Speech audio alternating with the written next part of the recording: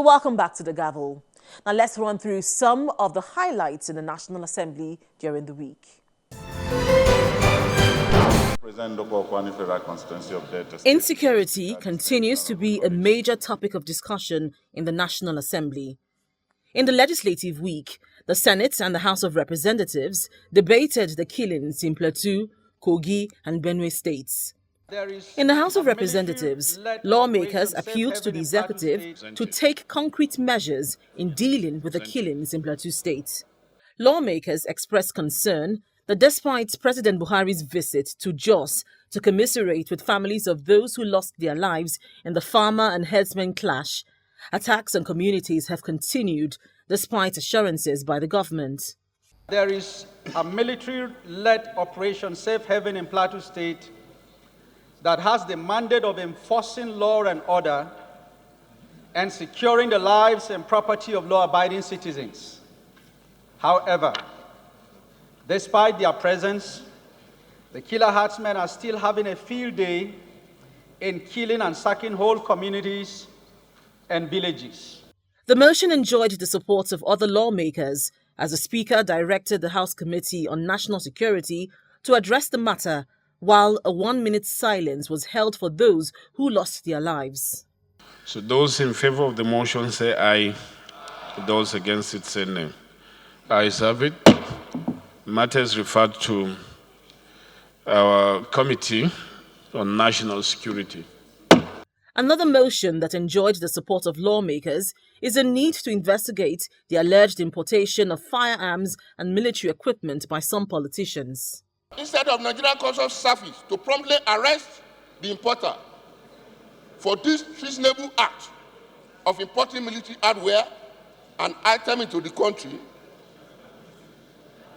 the Nigerian Customs Service has curiously requested the importer to provide end-user certificate from Nigeria Security Advisor, which cannot, under the law, authorize any individual or state government to import such items. When we have people allegedly under the cloak of governance importing arms into the country, the question becomes, why are we doing this? After deliberations, the Speaker moved a motion asking its Committee on Customs to investigate the matter and also explain why those involved in illegal import are yet to be arrested. The House of Representatives has also mandated its Committee on Internally Displaced Persons in the Northeast to investigate the rampant cases of rape, teenage pregnancy, and extortions in internally displaced persons camps across the country. Speaking on the floor of the House, Representative Hassan Sali alleges that women and young girls have become victims of abuse by men charged with the responsibility of protecting them.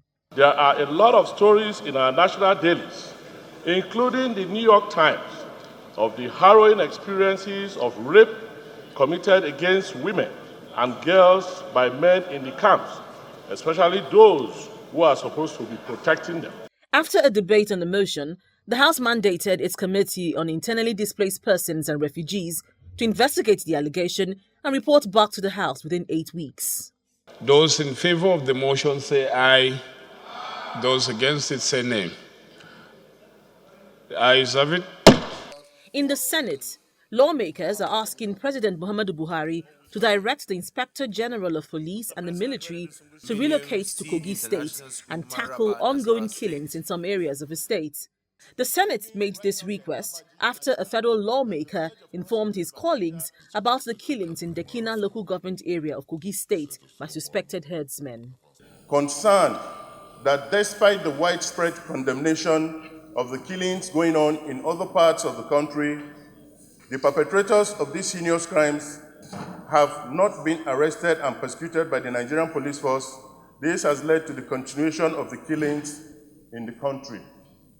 Worried that the incessant attack impedes and retards all well-meaning efforts at peace building, resolved to 1. Condemn the attacks in strong terms and sympathize with the traumatized victims and observe a minute silence for the dead. 2. urge the President and Commander-in-Chief of the Armed Forces to direct the military and police to move into the affected